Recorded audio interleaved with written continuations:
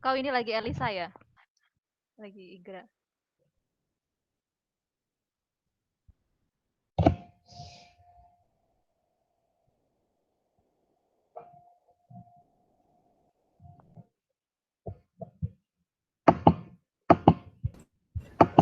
Hai Ayu. Hai Mbak Windy. Dimulai aja kali ya. Ada bertujuh.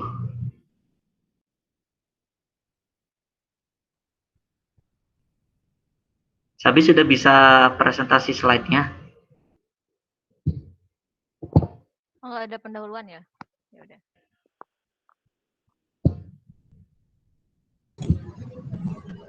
Enggak sab, maksudnya siap-siap.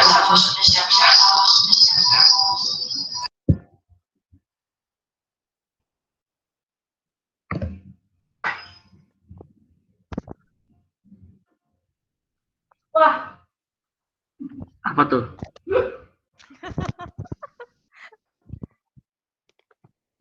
Menarik. Lapar. Ini udah mulai belum sih? Belum kan?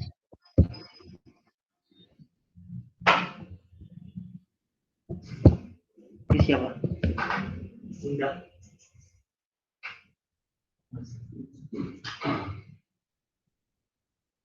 Oh, saya yakin dilihat ya. Oh, ya siap. Udah siap, Bi? Bentar.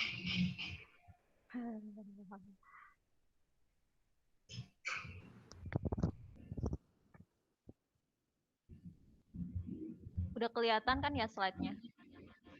Sudah. Okay. Ya, bismillahirrahmanirrahim. Assalamualaikum warahmatullahi wabarakatuh. Waalaikumsalam. Selamat siang, teman-teman semua. Kembali berjumpa di acara sharing session. Kali ini pembicara kita adalah Mbak Sabi yang akan membagi ilmu tentang aneka buah-buahan kepada beliau. Waktu dan tempat saya persilahkan. Oke, terima kasih. Suaranya jelas ya? Ya, insya Allah. Bismillahirrahmanirrahim. Alhamdulillah kita masih diberikan kesempatan untuk bisa diskusi pada Jumat hari ini. Pada kesempatan kali ini, insya Allah kita akan berdiskusi mengenai yang akan kita lakukan. Sebentar lagi itu kan kita mau masuk ke bulan Ramadan ya. Sebagai umat Islam, insya Allah kita akan berpuasa. Durasinya sekitar 12-16 jam per hari. Sebenarnya apa yang terjadi pada tubuh kita ketika kita melakukan puasa gitu. Ternyata tentang puasa. Nah, tentang puasa ya.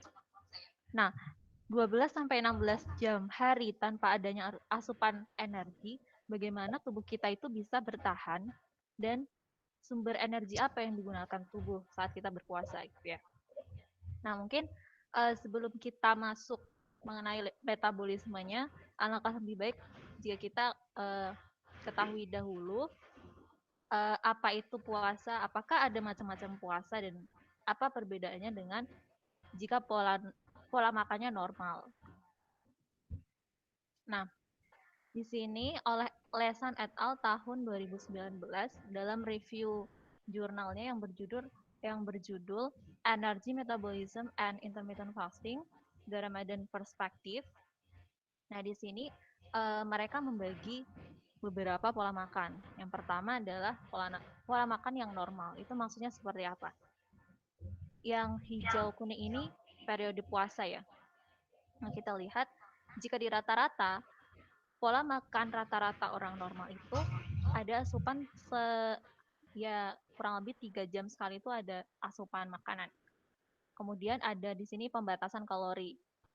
Pembatasan kalori ini sama dengan mirip dengan pola makan normal, namun di malam hari mereka melakukan puasa. Jadi puasanya itu lebih panjang ya daripada yang pola makannya normal.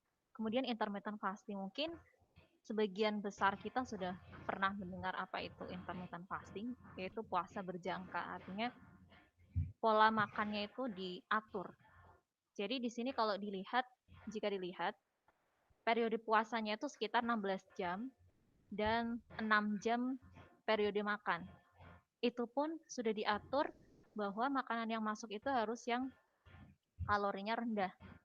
Ini sudah menjadi pola diet di kebanyakan orang sekarang ya. Yang keempat adalah puasa Ramadan.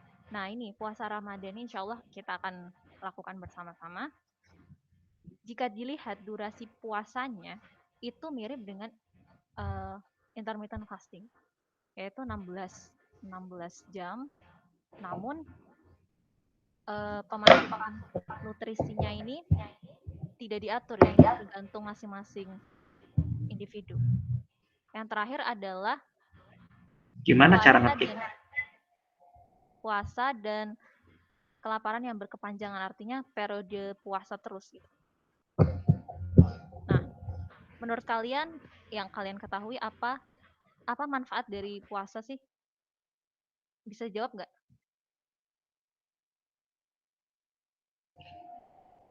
Memperpanjang usia sel. Terus ada lagi yang mau jawab?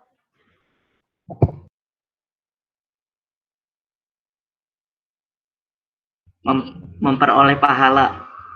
Ya. Ya, jadi secara umum orang itu ternyata sudah mengetahui kalau jika puasa itu dapat menurunkan berat badan dan pastinya memiliki begitu banyak manfaat lain. Kita lihat bahwa ya ini beberapa manfaat dari puasa. Ini saya ambil dari Candy Berry tahun 2020.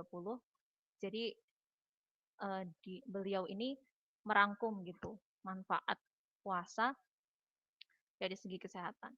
Yang pertama, meningkatkan produksi stem cell, menurunkan produksi insulin dan level glukosa menjadi kadar normal kembali gitu. Terus meningkatkan human growth hormone, meningkatkan autofagi, mitofagi, laju metabolisme, menurunkan resiko jantung, menurunkan resiko stroke, menurunkan inflamasi dan menurunkan resiko kanker. Bahkan di sini ada hubungannya juga dengan inflamasi, kanker dan sebagainya ya. Oke. Sebelum kita bahas lebih lanjut mengenai metabolisme dari puasa, kita lihat dulu ya. Kalau misalkan jika kita ada asupan makanan, apa yang terjadi? Nah, ketika ada makanan, maka yang terjadi adalah ini, metabolisme dalam tubuh kita. Makanan ini kan bentuknya masih kompleks ya, kemudian masuk ke dalam sistem pencernaan. Pencernaan ini berarti nanti diserap gitu ya dan dipecah menjadi molekul yang sederhana, bahkan paling sederhana, seperti glukosa, asam amino, dan lemak. Ini tergantung jenis makanan yang kita makan. Nah, setelah makan dan setelah diproses masuk ke dalam sistem pencernaan, maka glukosa ini akan masuk ke dalam darah. Hal ini menyebabkan kadar glukosa darah meningkat. Nah, adanya sinyal peningkatan kadar glukosa dalam darah ini menyebabkan pankreas akan mensekresikan atau mengeluarkan hormon insulin kepada otak, jaringan adiposa, kemudian otot dan hati. Nah, apa yang terjadi dengan sinyal ini, insulin ini? Nah, hal ini menyebabkan adanya pemecahan glukosa. Glukosa dalam darah itu menjadi energi atau dalam bentuk ATP untuk metabolisme sel, untuk energi kita gitu. Terus proses pemecahan glukosa ini menjadi ATP disebut dengan glikolisis. Nah, jika kadar glukosa darah masih tinggi, apa yang terjadi? Yang terjadi adalah glukosa akan disimpan dalam bentuk glikogen di hati maupun di otot. Sebenarnya ada di otot, namun sebagian besar di hati. Proses ini dinamakan dengan glikogenesis, yaitu pembentukan glikogen dari substratnya glukosa. Nah, kemudian asam amino juga seperti itu. Kalau asam amino ini kan macam-macam ya. tergantung ada 20 asam amino itu tergantung punya jalur masing-masing. Namun secara umum kelebihan asam amino ini akan disimpan menjadi protein. Jadi prosesnya itu protein sintesis ya, pembentukan protein bisa di hati, kemudian di otot ada juga, terus di membran segala banyak protein. Kemudian apa yang terjadi dengan lemak ya? Ketika ada asupan lemak, terus lemak ini akan disimpan dalam bentuk triasil gliserol. 3 asam lemak. 3 asam lemak dan 1 gliserol berikatan dan di tempat penyimpanannya di jaringan adiposa.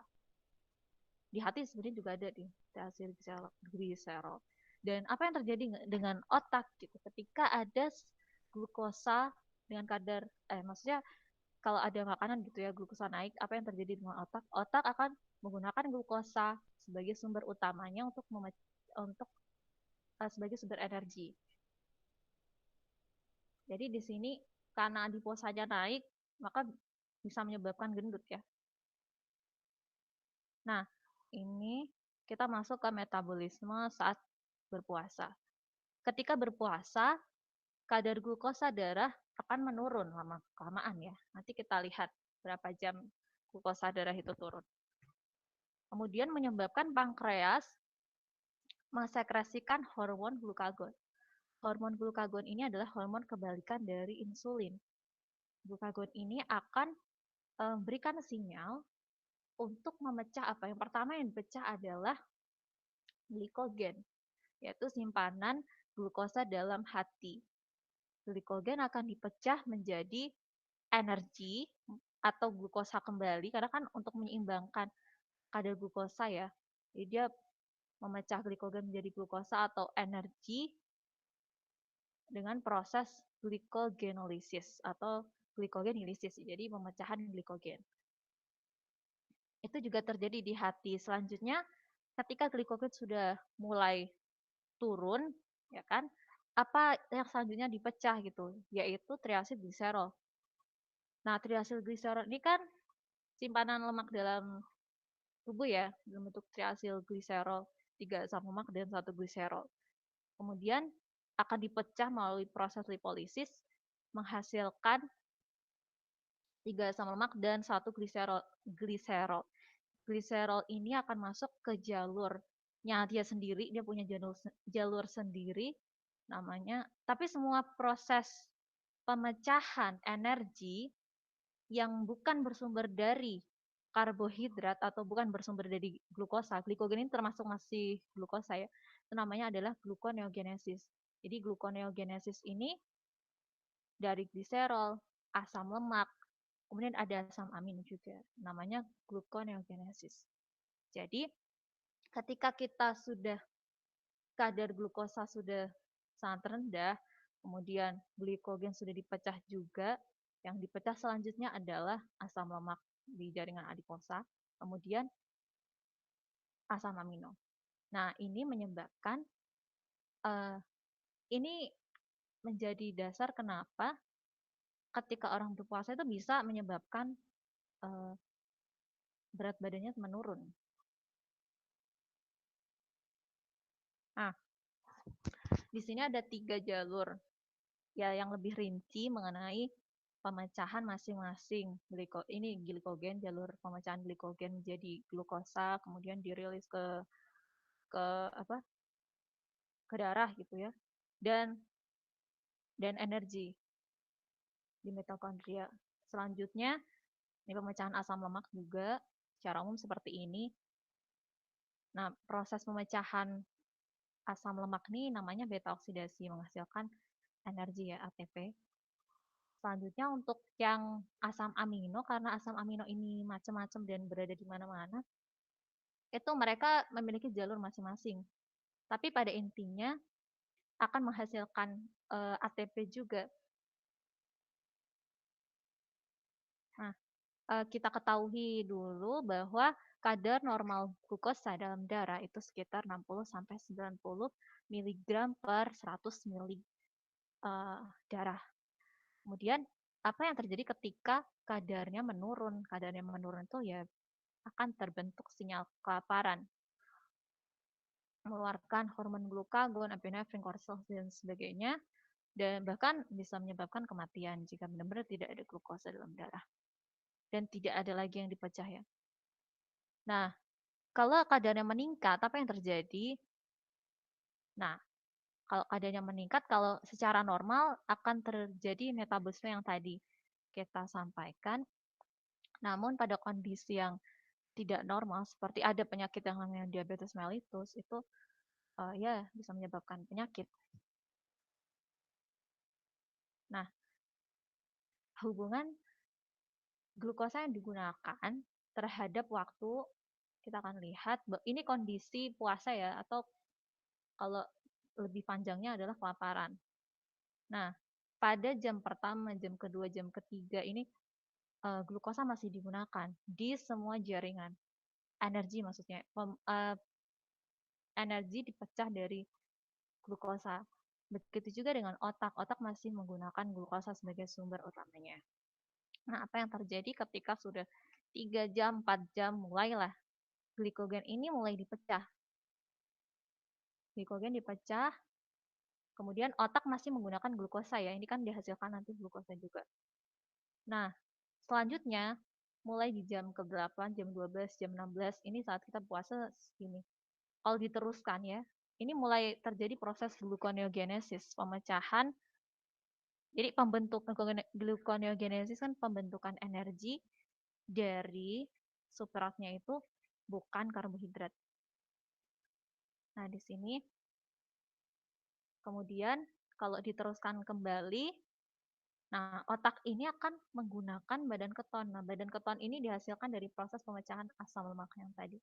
Jadi salah satu hasilnya itu adalah badan keton. Nah,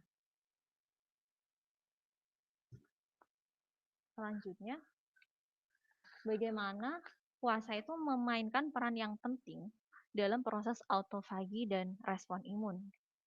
Jadi puasa itu berperan di mananya saat tubuh kita mengalami autofagi dan respon imun. Kita bahas dulu apa itu autofagi. Jadi autofagi itu adalah mekanisme menelan sel-sel yang mengalami kerusakan atau kegagalan fungsi.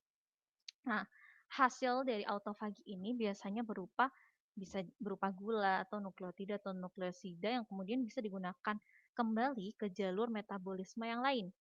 Jadi bisa dimanfaatkan oleh sel yang lain. Prosesnya secara umum seperti ini. Jadi identifikasi terlebih dahulu komponen yang rusak yang akan degradasi, kemudian pembentukan membran yang nanti akan menyelimuti, yang akan dipecah gitu ya.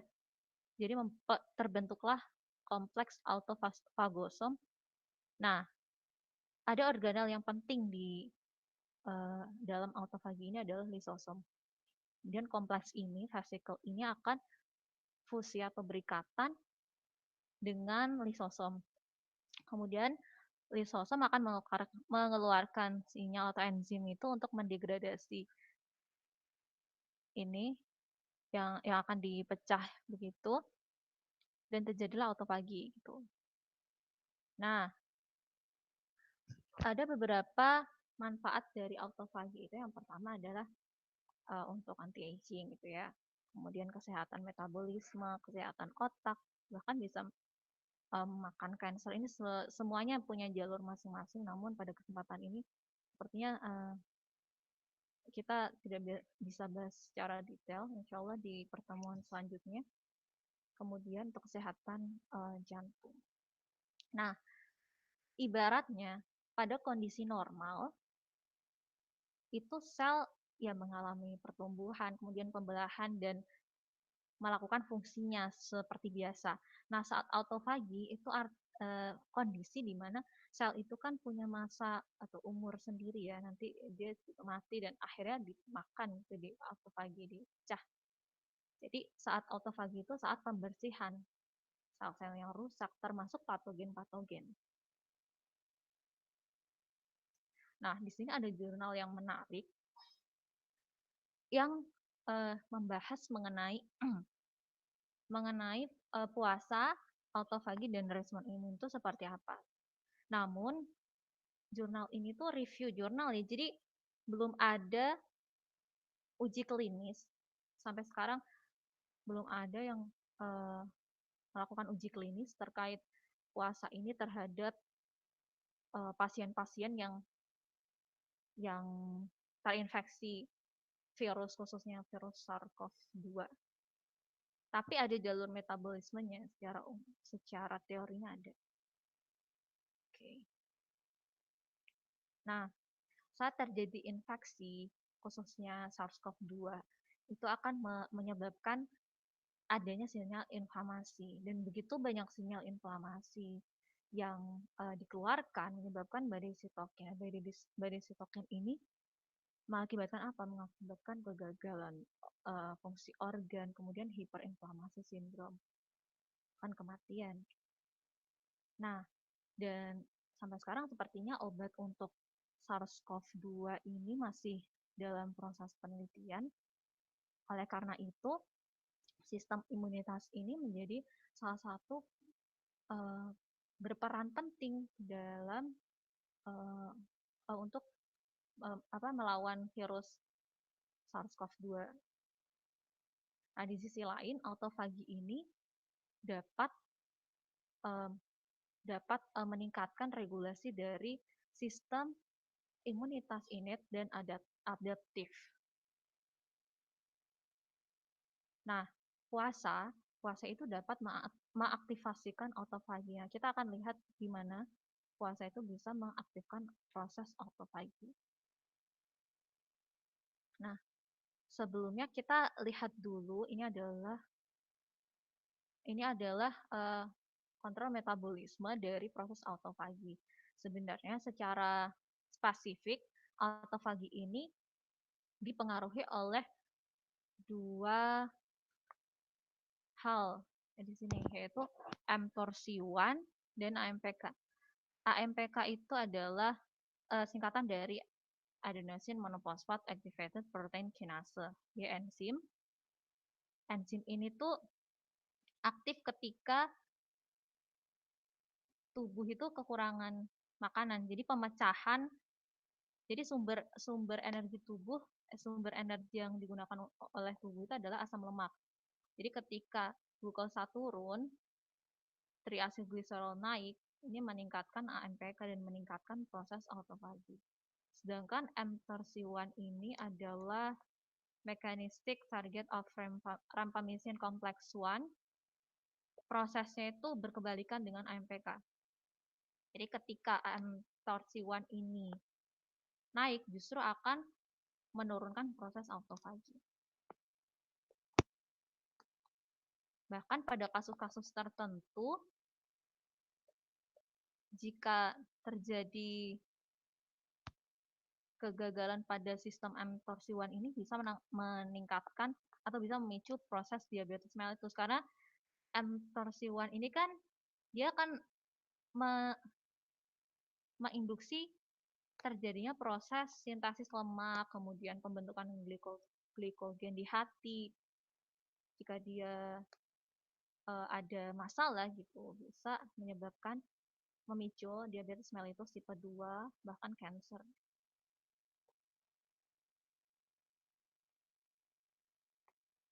Nah, selanjutnya ini adalah mekanisme puasa dalam autofagi. Nah, puasa itu kan berarti glukosa turun. Nah, menyebabkan aktivasi AMPK, ya kan?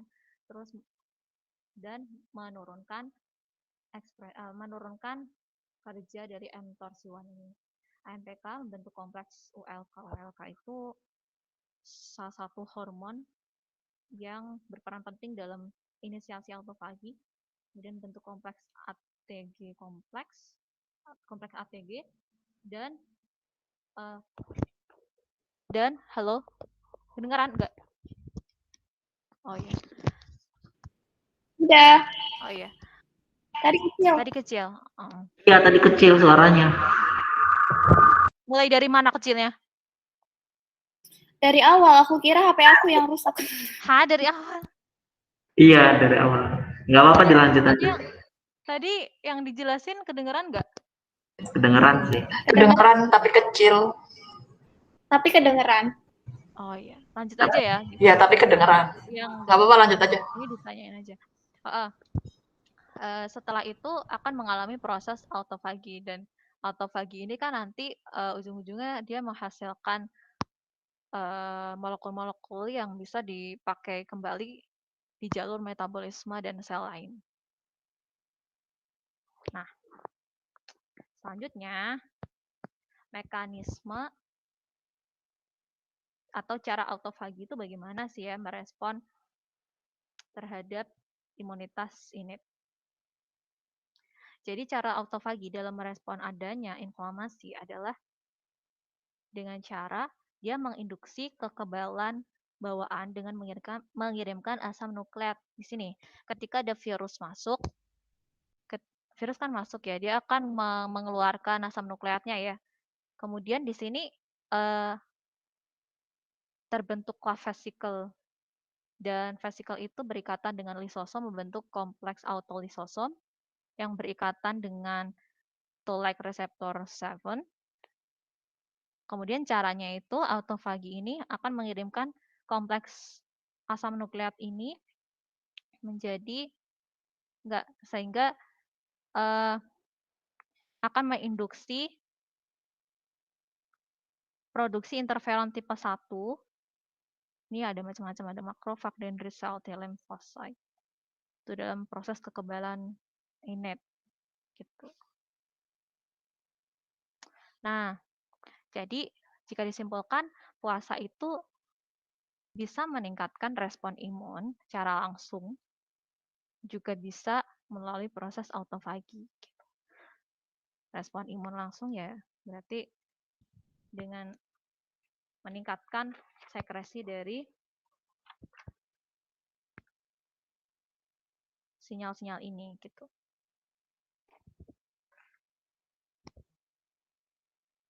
Oke, terima kasih. Silakan jika ada pertanyaan. Ya, terima kasih kepada Sabi yang telah memaparkan materi yang sangat menarik terkait puasa dengan hubungannya dengan sistem imun ya. Mungkin dari teman-teman ada yang ingin ditanyakan terkait dengan materi yang telah disampaikan. Bisa angkat tangan.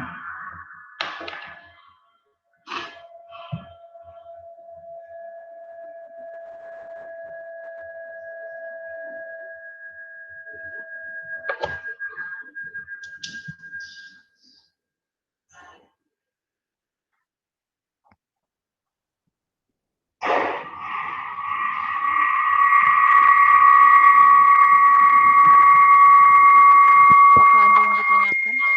Ada yang ditanyakan, Mas Royce? Atau Mbak Winning?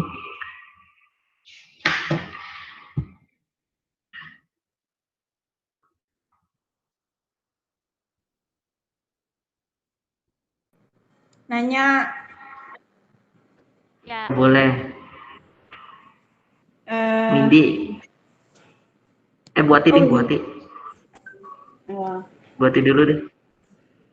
Ya, jadi tadi mohon maaf tadi dengerinnya samar-samar.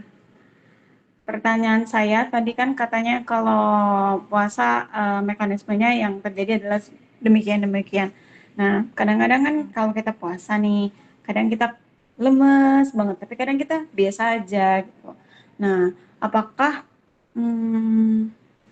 proses metabolisme itu kira-kira mempengaruhi output dari puasa itu sendiri? Maksudnya gini, kita bisa lemes banget kalau lagi puasa karena misal glukogennya sedikit, atau justru sebaliknya kita lemes banget karena kita nggak ngerasanya lemes banget karena glukogennya metabolismenya rendah atau katalisisnya rendah atau bagaimana? Iya. Ditangkap ya. Sudah satu aja, Bu. Satu aja dulu baru nyampe nih. Oh iya. Iya, kalau yang kita tahu tadi dari proses metabolisme dari puasa itu kan semakin lama, maka kan glukosa turun ya. Sedangkan otak itu sumber energi utamanya adalah glukosa. Jadi mungkin lemasnya itu karena glukosanya rendah, sehingga otak nih harus bekerja ekstra gitu. Karena kan sumber energinya mulai menurun. Gitu. Berarti rasa laparnya itu juga ekses dari otak kita bekerja untuk mengatasi deprive glukosa. Iya. Berarti kalau orang diet juga begitu kali ya? Iya. Diet sama Makanya orang halnya. diet. Nah, orang diet karbo makanya suka berasa rada bolot, mungkin itu penyebabnya ya, karena di otaknya berkurang ya. Gulanya ya nggak sih? Kalau saya rada bolot gitu, kalau diet glukosa mending puasa aja sekalian. Iya. Diet itu konteksnya sama dengan kan diet karbo itu berarti dia nggak ada asupan karbo ya. Jadi yang dipecah itu yang jadi ya sama mekanismenya seperti itu. Oke, terima kasih. Cam-cam. Ya, silakan Lagi dong. Ada yang nanya. Windy.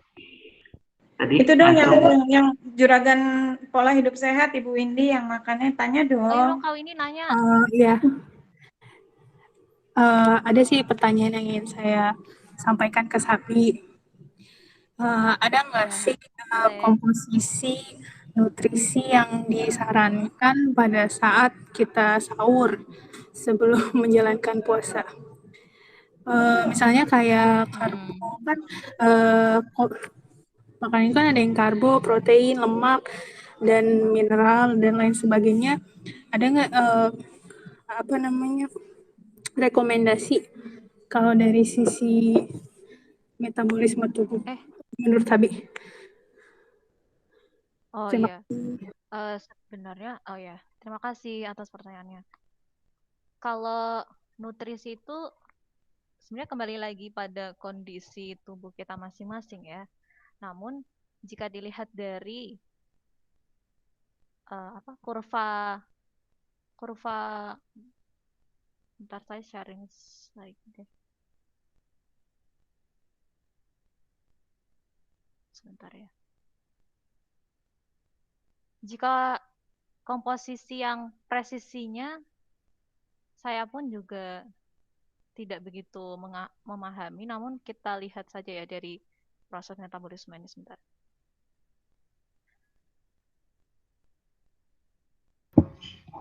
Ya, terima kasih atas jawabannya. Ayo Mas, belum selesai. Belum selesai. Jawabannya belum selesai.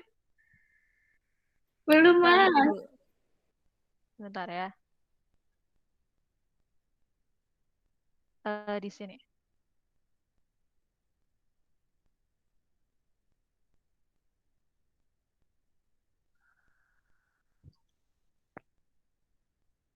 Nah, ini nih, saya tadi ke-skip. Halo, kedengeran nggak suaranya? Kedengaran. Oh ya. Kak Windy, mungkin ini bisa jadi acuan. Sebenarnya saya belum terlalu memahami nutrisi yang tepat untuk sahur itu seperti apa. Namun jika dilihat dari bagan ini ya, ini kan penggunaan glukosa terhadap waktu. Jadi memang kita itu membutuhkan glukosa. Kita membutuhkan glukosa. Namun ya jangan berlebihan gitu kan. Kita tidak boleh berlebihan dalam apapun. Nah, saat 1 jam, 2 jam, 3 jam, ini yang digunakan adalah glukosa. Begitu juga dengan otak. Otak itu sumber energi utamanya. Yang utama sebenarnya adalah glukosa. Baru ketika tidak ada glukosa, dia baru akan menggunakan badan keton. Dan ini nanti beda lagi metabolisme. Ini bisa menyebabkan jika maksudnya jika berkepanjangan yaitu menyebabkan ketogenesis. Jadi ada efeknya gitu. Makanya diet karbo itu harus dilihat juga kembali dalam jangka waktu yang lama, itu ada efek sampingnya. Mungkin di sahur ini ya mungkin dibutuhkan juga adanya asupan glukosa, namun berapa persennya mungkin itu tergantung pada kondisi tubuh masing-masing. Itu sih mungkin sedikit menambahkan. Sudah, terima kasih Sabi. Ya, sama-sama. Ya, terima kasih Sabi. Selanjutnya Ayu. Dr. Erni, mangga Dok. Katanya Ayu.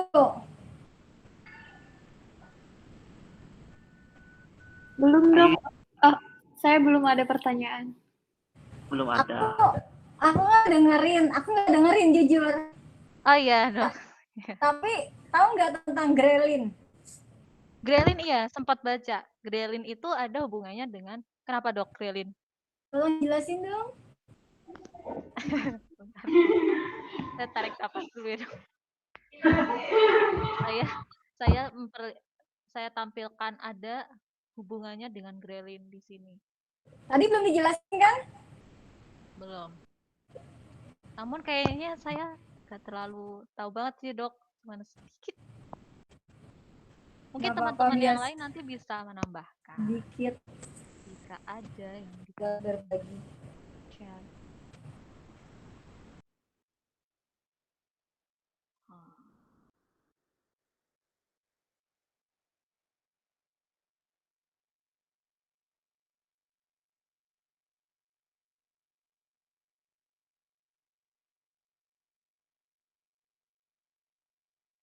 Ini, jika dilihat dari kontrol metabolisme terhadap proses autofagi, ternyata grelin itu juga berpengaruh. Ini GHRL ini grelin. Grelin itu salah satu hormon yang akan disekresikan ketika kondisi lapar. Itu. Jadi ketika meningkatnya grelin itu bisa menyebabkan aktivasi AMPK dan menginduksi proses autofagi. Nah, ya, begitu. Berarti bagus kan? Bagus grelin. Bisa diukur nggak? Nah, mungkin kita harus melihat lebih jauh lagi sebenarnya marka. Maksudnya, apakah ada marka khusus begitu ya? Seharusnya bisa ya, Dok. Namun saya belum begitu tahu lebih jauh lagi. Mungkin Bu Ati bisa menambahkan, maksudnya kira-kira nih bagaimana? Kok gitu? Kok Bu Ati suruh jawab, kasihan banget. Tidak, maksudnya jika ingin menambahkan. Kalau dia nggak dengerin. Yang saya tahu grelin itu hormon lapar dan bagus.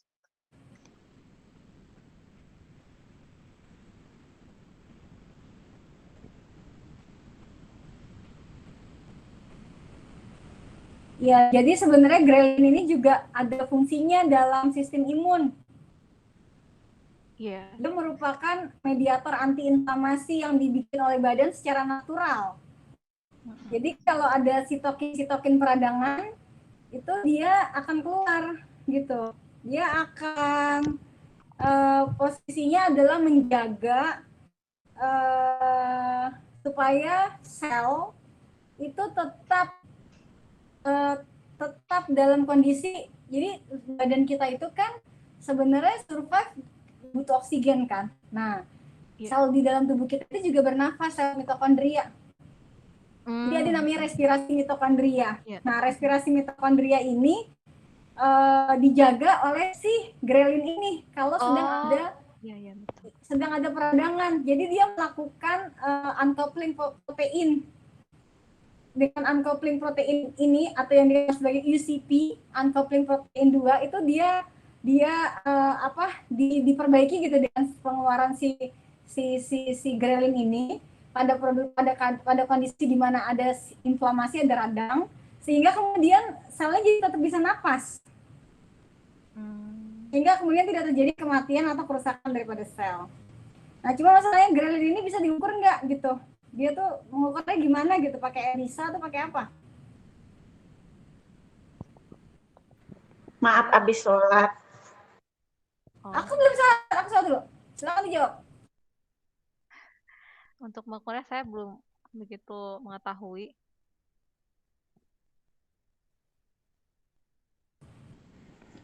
Kalau saya belum pernah mengukur grelin itu, mungkin kalau modelnya protein harusnya ya bisa diukur lewat ELISA, Iya, semacam iya. ELISA kayaknya.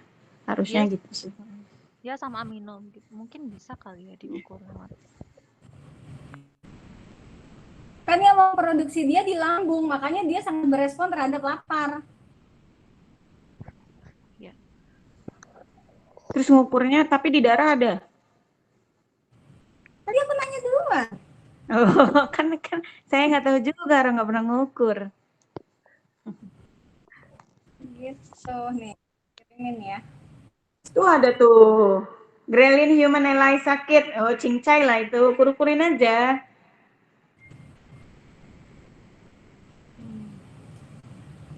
Ukurin aja. Kan mau ngukur katanya dokter Erni.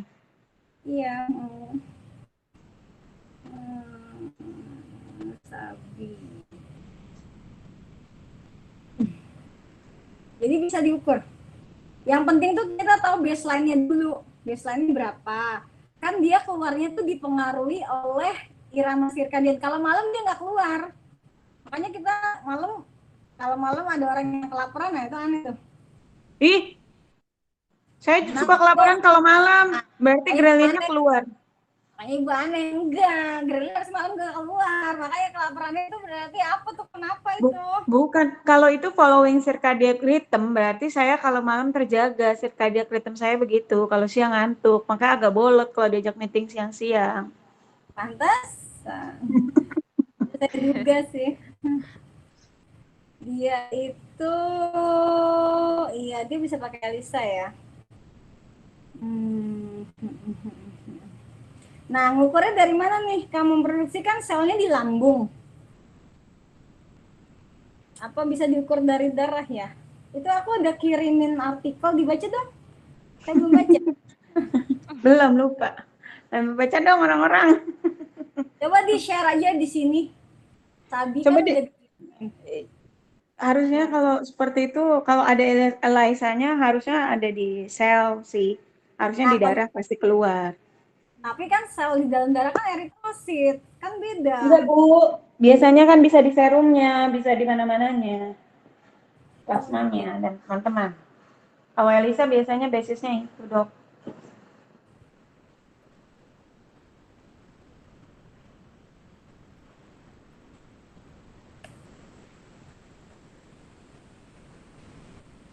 Oh, ini plasma grelin. Nah, ada di plasma ya? Iya. Saya baca dulu. Dibuka aja, di-share di presangkemetnong di kanan tuh. Saat di-share. Jadi yang lain nggak ngantuk.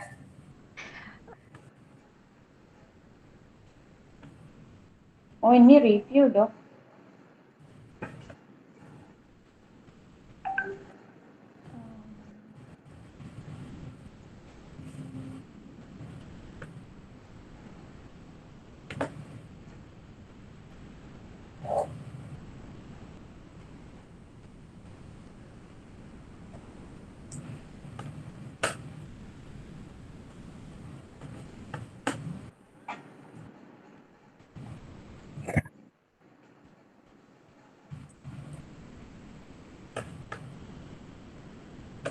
Harusnya bisa, Dok, karena kan dia ada dirilisnya di blood associated dengan blood glucose control gitu. Iya, benar. Will be discussed well as glucose level.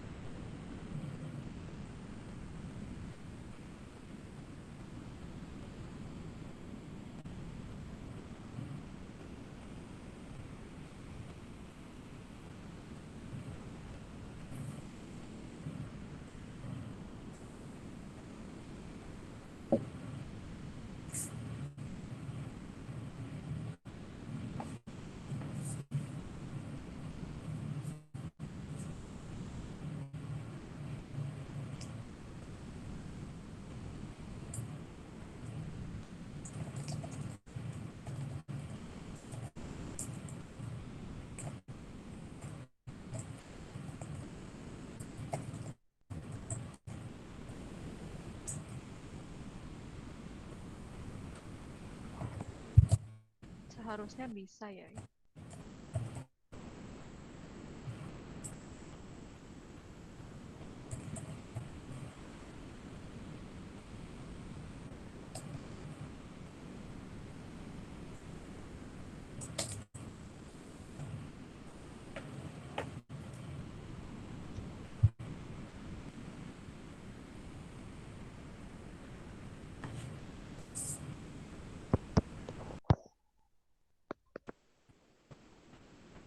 Gimana?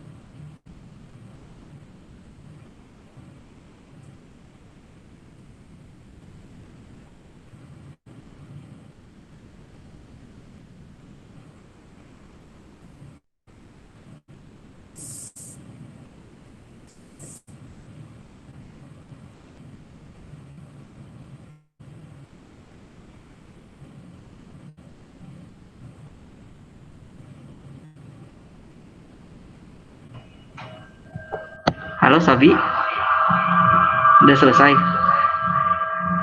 Udah. Oh, udah. Ada yang mau didiskusikan kembali? Tadi Mas Rois kayaknya mau nanya ya, jadi nggak?